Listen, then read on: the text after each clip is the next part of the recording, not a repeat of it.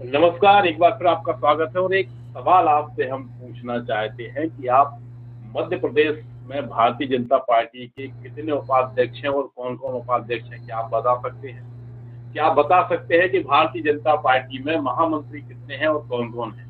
क्या आप बता सकते हैं कि मध्य प्रदेश भारतीय जनता पार्टी के प्रदेश प्रवक्ता कौन हैं?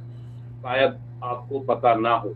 लेकिन अगर हम आपसे पूछें कि मध्य प्रदेश भाजपा ने एक कमेटी बनाई है, न्यू जॉइनिंग कमेटी, उसके संयोजक कौन है? तो आप कपास से बोलेंगे कि डॉक्टर नरोत्तम मिश्रा।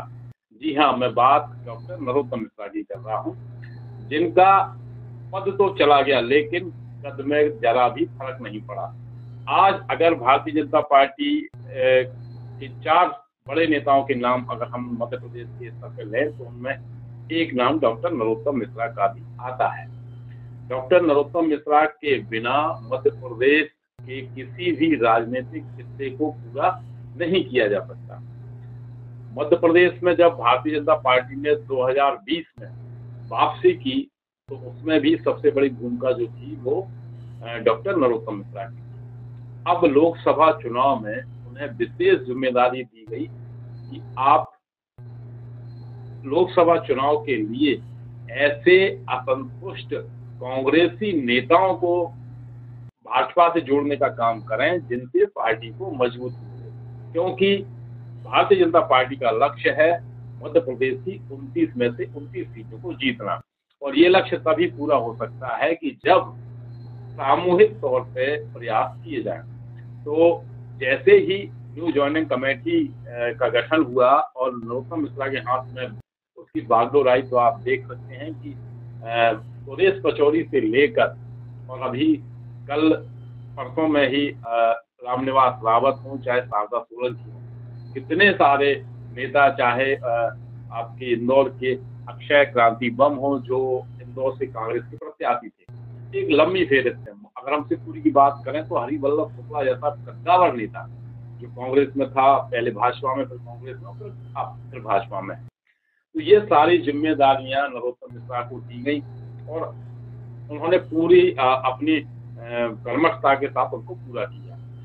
इसीलिए मैं कह रहा हूं कि पद तो चला गया, क्योंकि दुर्भाग्यपूर्ण तरीके से वो विधानसभा चुनाव हार गए, लेकिन उनका कद बरकरार है।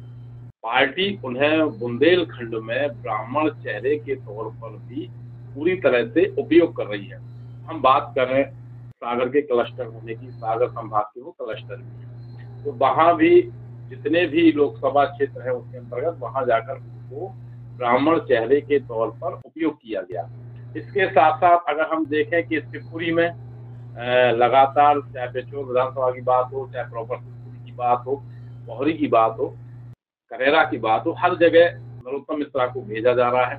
गुना में नरोत्तम मिश्रा को भेजा जा रहा है, बीच में अशोकनगर में भी गए थे और वहां पर जो ब्राह्मण समाज है उसके बीच में जाकर उन्होंने पार्टी की बात की और भारतीय जनता पार्टी के प्रत्याशी की वोट मांगी। इसी तरह से हम झांसी और ललितपुर की बात करें तो अभी कुछ दिनों पहले ही ललितपुर में भी उन्होंने ब्राह्मण समाज के बीच में जाकर वहां के जो प्रत्याशी अनुराग शर्मा उनके लिए वोट मांगे।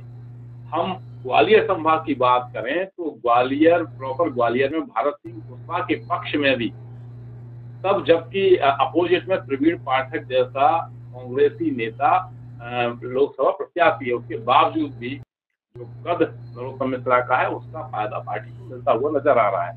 इसी तरह से अगर हम देखें मुरैना लोकसभा सीट पर भी, तो जो वहां पर भी जो ब्राह्मण वोटर है उनको रिझाने के लिए नरोत्तम मिश्रा के चेहरे का पार्टी भरपूर उपयोग कर रही है। यही हाल दतिया और भिंड लोकसभा सीट का है।